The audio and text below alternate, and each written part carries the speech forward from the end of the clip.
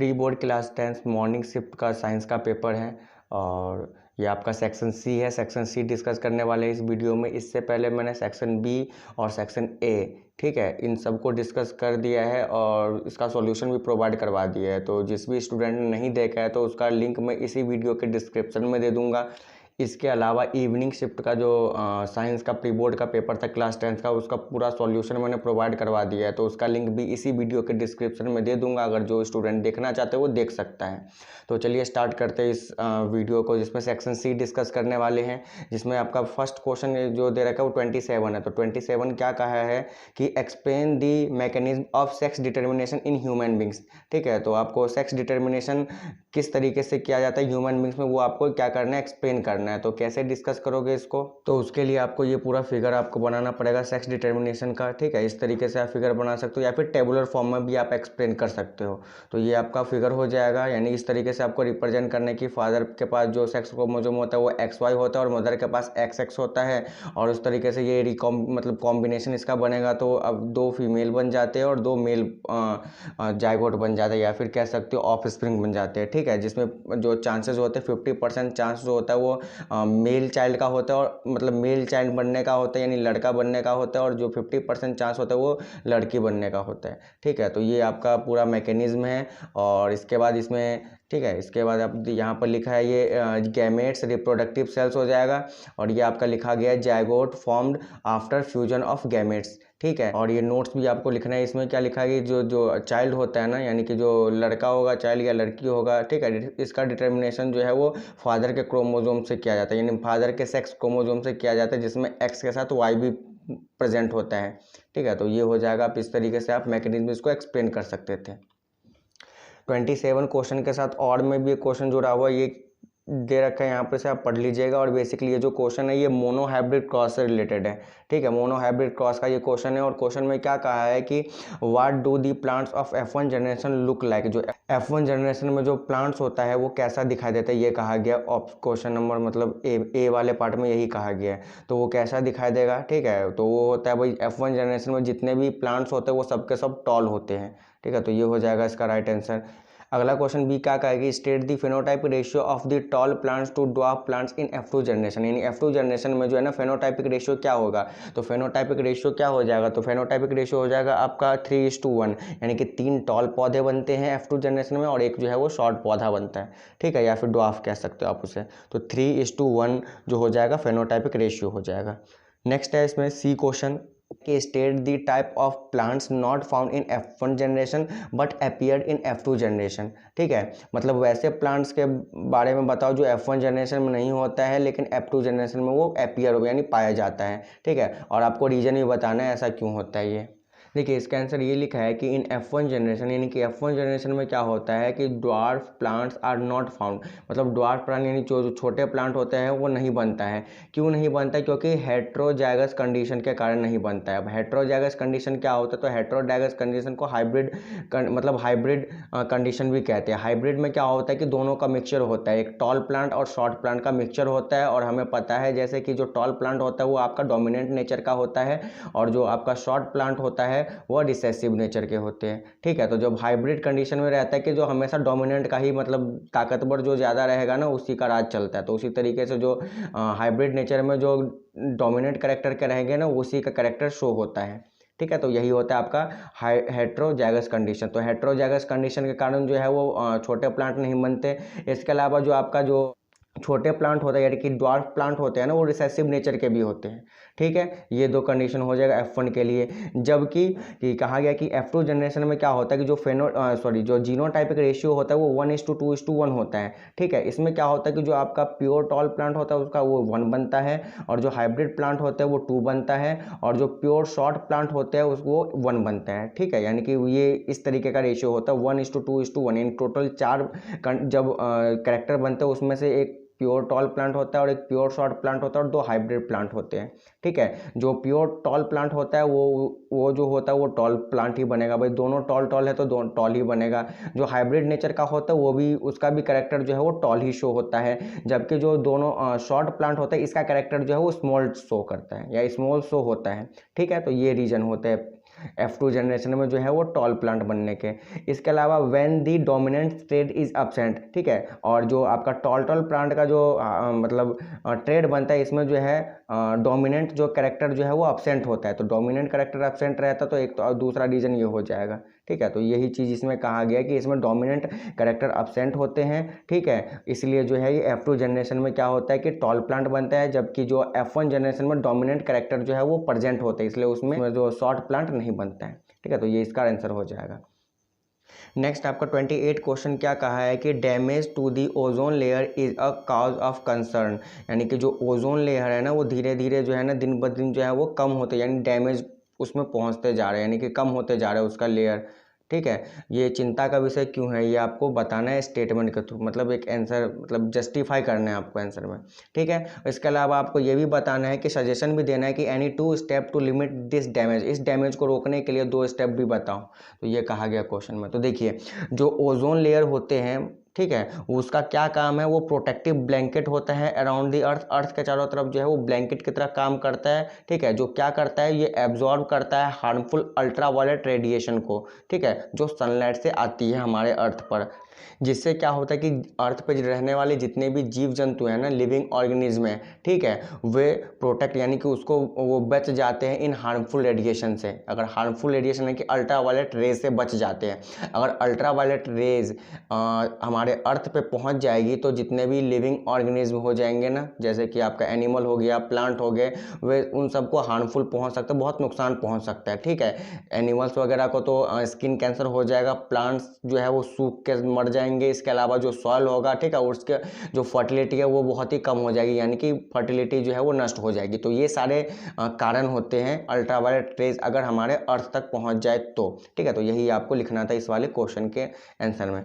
इसके अलावा आपको 2 उपाय लिखने हैं कि ओजोन लेयर जो कम हो रहा है उसको रोकने के 2 उपाय बताओ। तो 2 उपाय क्या कह सकते हो, तो देखिए जो ओजोन डिप्लीशन सब्सटेंस होते हैं जैसे कि क्लोरोफ्लोरोकार्बन हो गया, ठीक है, तो इसका यूज नहीं करना चाहिए। इसके अलावा जो आप AC हो गया, रेफ्रिजरेटर हो गया, ठीक है, इन सब में CFC ही यूज किया जाता है। तो इन सब को भाई ना के बराबर यूज करो या फिर जब ज़रूरत हो तभी यूज करो, ठीक है। तो इस तरीके से आप लिख सकते थे कि इसके मतलब इस तरीके से आप जो है ओजोन लेयर को कम होने से रोक सकते हो। इसके अलावा आप ये भी कह सकते हो कि गवर्नमेंट के थ्रू जो है ना जागरूक करना चाहिए लोगों को कि जो ओजोन लेयर होता है वो हमारे लिए क्यों इम्पॉर्टेंट है, ठीक है। अगर वो नुकसान पहुंच जाएगा या उसमें जो अगर मान के चलो उसको डैमेज अगर आप पहुंचाते हो तो क्या क्या कारण मतलब क्या क्या घटनाएं घट सकती है इससे रिलेटेड, तो ये भी आप लिख सकते थे इसके बारे में कि भाई सरकार को जो है ना एक इनिशिएटिव लेना चाहिए, या फिर आप कह सकते हो कि एक प्रोग्राम वगैरह स्टार्ट करना चाहिए, ठीक है। तो ये स्टार्ट किया भी है, जैसे कि मॉन्ट्रियल प्रोटोकॉल हो गया, क्योटो प्रोटोकॉल हो गया, ठीक है। ये सब जो है ना ये ओजोन लेयर को, ठीक है, ओजोन लेयर को जो है ना कम होने से बचाने के लिए ये सारे प्रोटोकॉल चलाए गए हैं। तो आप ये सब लिख सकते थे इस वाले क्वेश्चन नंबर 28 में। नेक्स्ट है आपका क्वेश्चन नंबर 29। तो क्वेश्चन नंबर 29 में क्या कहा गया है, draw a diagram to show the nutrition in amoeba and label the part use for this purpose. तो आपको जो है अमीबा का न्यूट्रिशन किस तरीके, अमीबा जो है वो न्यूट्रिशन किस तरीके से करता है उसका आपको मतलब डायग्राम के थ्रू आपको बताना है। इसके अलावा mention any other purpose serve by this part other than nutrition, और वो जिस पार्ट से न्यूट्रिशन करता है उसके अलावा और वो क्या काम करते हैं, मतलब उसके और कोई दूसरा फंक्शन भी बताना है, ठीक है। तो देखिए इसका आंसर कैसे आप लिखोगे। तो ये अमीबा का न्यूट्रिशन का डायग्राम है, आपको यही डायग्राम बनाना था। सबसे पहले जो ये आपका अमीबा है, ठीक है, इसमें न्यूक्लियस होता है और ये आपका फूड पार्टिकल हो गया। फूड पार्टिकल को देखेगा सबसे पहले तो फूड पार्टिकल को, और ये सारे रीजन लिखने हैं किस किस तरीके से क्या क्या प्रोसेस होता है। तो ये प्रोसेस लिख रखा है यहाँ पर, और ये जो है ना ये मतलब किस तरीके से घटनाएं घटती है। तो अमीबा फूड पार्टिकल को देखेगा, फूड पार्टिकल को देखने के बाद जो है फिर उसको स्यूडोपोडिया जो है पार्ट होता है उसके थ्रू जो है उस पार्टिकल को क्या कर लेगा, होल्ड करेगा, और फिर इसके अलावा इसमें जो है ये फूड जो पार्टिकल देखेगा उसको फूड वैक्यूल में डाल देगा, और फूड वैक्यूल में डालने के बाद आपका ये जो फोर्थ प्रोसेस होता है, तो फूड वैक्यूल के चारों तरफ जो है वो enzyme from the cytoplasm are secreted into the food vacuole, यानी फूड वैक्यूल के अंदर साइटोप्लाज्म में से जो है एंजाइम निकलता है जो इसको पचाने में मदद करता है, ठीक है, ये हो जाएगा। और इसके अलावा आप फिफ्थ वाले डायग्राम में क्या बना सकते हैं, तो इस तरीके का आपका डायग्राम है। आपका लास्ट पार्ट हो जाएगा कि जिसमें क्या होता है कि अनडाइजेस्टेड मटेरियल, ठीक है, इज एक्सपेल, और जो है वो एक्सपेल कर निकाल देगा इसको बाहर। अब आपको ये बताना है कि जो है इसका खाने यानी डाइजेशन के अलावा और क्या काम करता है। तो बेसिकली इसमें जो है ना जो मेन ऑर्गन है वो स्यूडोपोडिया है, ठीक है। स्यूडोपोडिया के थ्रू ही क्या करता है, वो पार्टिकल को पकड़ता है और पकड़ने के बाद फूड वैक्यूल में डाल देता है। तो आपको यही बताना है कि जो स्यूडोपोडिया का दूसरा और क्या काम है। तो जो देखिए जो स्यूडोपोडिया का जो दूसरा और ये काम है, देखिए स्यूडोपोडिया का और दूसरा क्या काम है कि सर्व दी पर्पज ऑफ लोकोमोशन, यानी कि लोकोमोशन के पर्पज से जो है ना इसका यूज करते हैं। मतलब स्यूडोपोडिया के थ्रू आप ये लिख सकते हो कि भाई जो अमीबा को मूव करवाने में मदद करता है, ठीक है। तो ये आप लिख सकते हो। तो ये हो जाएगा इसका आंसर। नेक्स्ट आपका 30 क्वेश्चन, 30वां क्वेश्चन क्या कहा है कि राइट वन एग्जाम्पल, ठीक है, for each of decomposition reaction carried out in the presence of electricity, heat and light.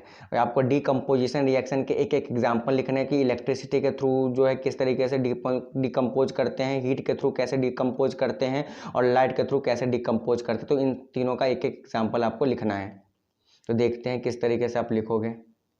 तो देखिए जब आप हीट के थ्रू जब हम इसको किसी कंपाउंड को जब ब्रेक करते हैं ना दो पार्ट में, तो उसको हम कहते हैं थर्मल डिकम्पोजिशन। तो आपको हीट के थ्रू कैसे डिकम्पोज करोगे, तो थर्मल डिकम्पोजिशन प्रोसेस के थ्रू इसमें लिखना था। तो ये आप एग्जांपल लिख सकते हो, इन दोनों में से कोई भी एक एग्जांपल आप लिख सकते हो। तो कौन कौन सा एग्जाम, कैल्शियम कार्बोनेट को जब हम हीट में रखेंगे तो कैल्शियम ऑक्साइड बन जाएगा और कार्बन डाइऑक्साइड बनता है। तो ये आपका एग्जाम्पल या तो ये लिख सकते हो या तो ये लिख सकते हो, एक ही एग्जाम्पल लिखना है। तो इन दोनों में से जो भी आपको छोटा लगे, आसान लगे, वही एग्जाम्पल आप लिख सकते हो, ठीक है। तो ये हो जाएगा आपका थर्मल डिकम्पोजिशन वाला, यानी कि हीट के थ्रू कैसे हम ब्रेक करते हैं कंपाउंड को।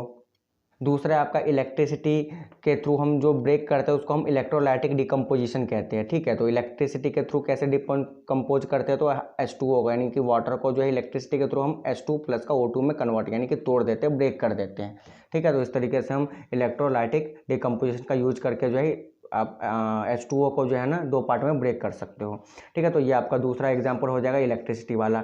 और तीसरा जो एग्जांपल हो जाएगा वो आपका हो जाएगा सनलाइट के प्रेजेंस में। तो सनलाइट के प्रेजेंस में किसी कंपाउंड को कैसे ब्रेक कर सकते हो, तो उसको हम कहते हैं फोटोलाइटिक डिकम्पोजिशन कहा जाता है, ठीक है। तो देखिए यहाँ पर AgCl हो जाएगा।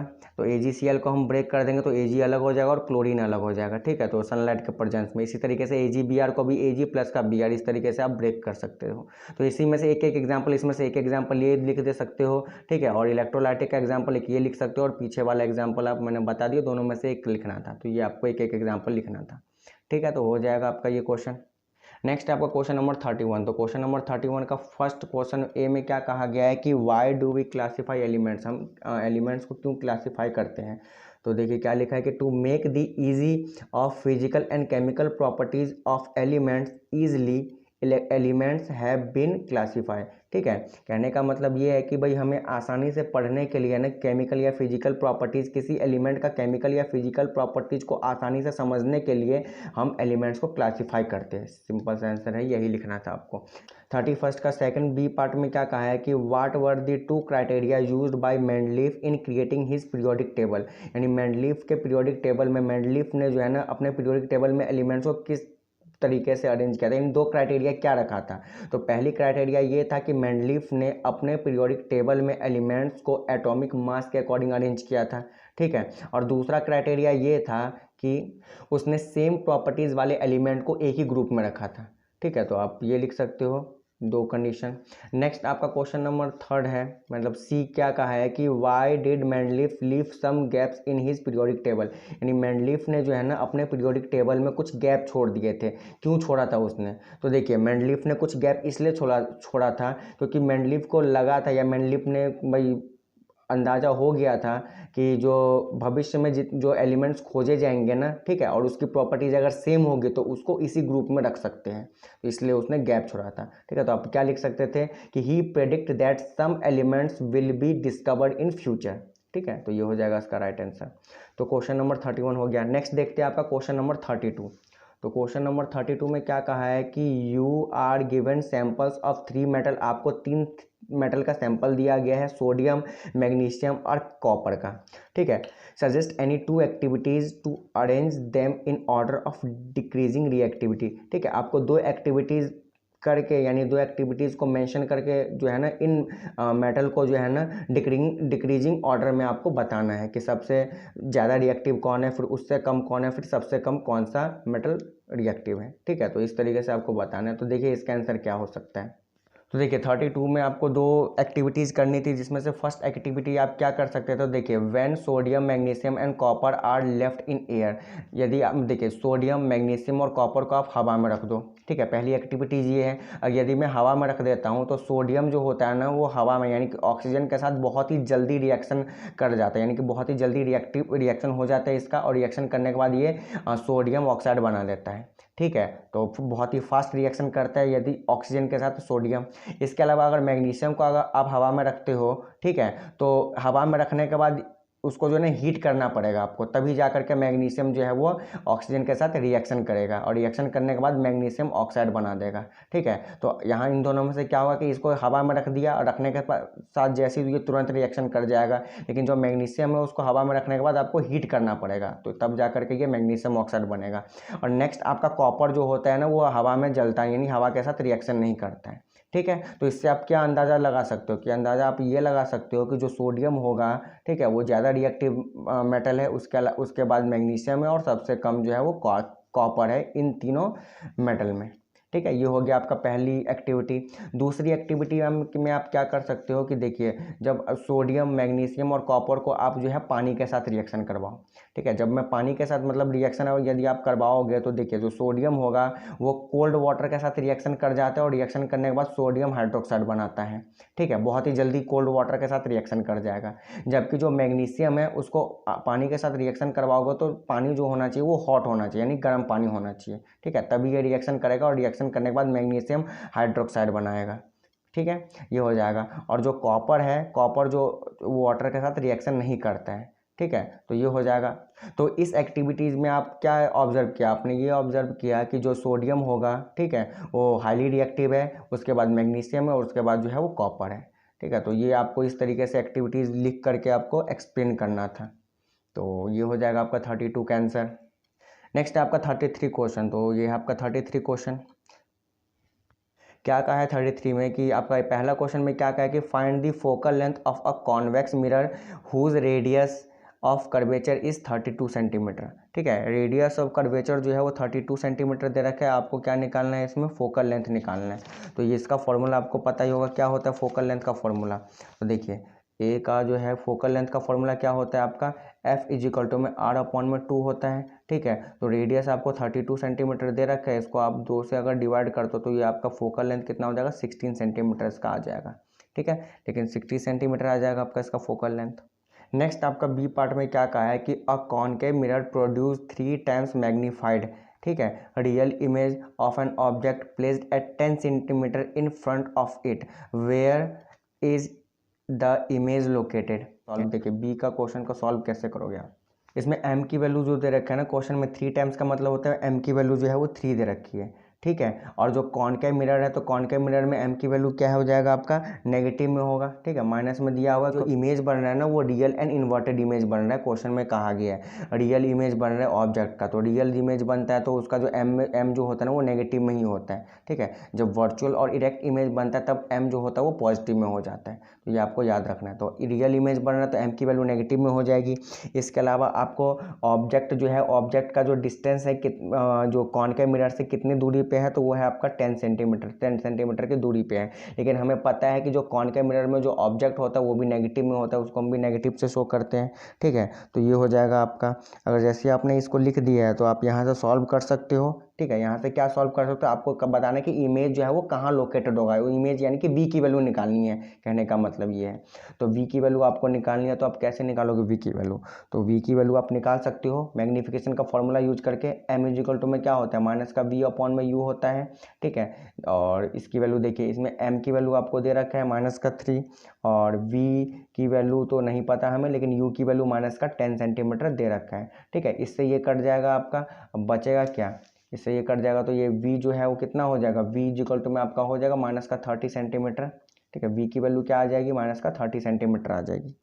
तो इससे ये पता चलता है कि जो इमेज बनेगा ना वो मिरर से, वो जो इमेज बनेगा, ठीक है, जो इमेज बनेगा वो मिरर से जो है ना वो 30 सेंटीमीटर के डिस्टेंस पे बनेगा, ठीक है। तो 30 सेंटीमीटर के डिस्टेंस पे बनेगा। तो इमेज अब देखिए मैं थोड़ा एग्जांपल के थ्रू बता देता हूँ। जैसे कि ये आपका कॉनकेव मिरर हो गया, ये आपका कॉनकेव मिरर हो गया। मान लेते हैं कि जो ऑब्जेक्ट है ना, ऑब्जेक्ट वो 10 सेंटीमीटर के डिस्टेंस पे है, यहाँ पर जो है वो 10 सेंटीमीटर, यहाँ से लेकर के यहाँ तक का जो डिस्टेंस है वो 10 सेंटीमीटर है, ठीक है। तो और जो ये हो गया आपका ऑब्जेक्ट रख दिया। अब इसके बाद जो इमेज बनेगा ना वो उल्टा बनेगा। तो उल्टा बनेगा तो जाहिर सी बात है इधर की तरफ ही इमेज बनने वाला है, लेकिन उल्टा बनेगा, इमेज बड़ा होगा, लेकिन वह डिस्टेंस कितना होगा उसका, माइनस का 30 सेंटीमीटर। यानी कहने का मतलब है कि अब मान के चलो कि जो भी इमेज बनेगा ना कुछ इधर बनेगा।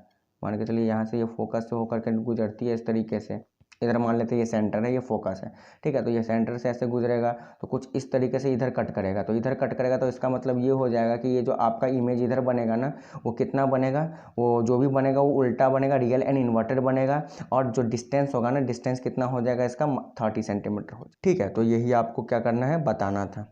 तो आप इजीली इसमें लिख सकते हो कि जो इमेज बनेगा वह मिरर से, यानी कॉनकेव मिरर से जो है ना, ठीक है, वो 30 सेंटीमीटर के डिस्टेंस पे बनेगा। यही आपको इसका आंसर में लिखना था ये सॉल्यूशन करने के बाद। तो इसी के साथ आपका सेक्शन सी कंप्लीट होता है।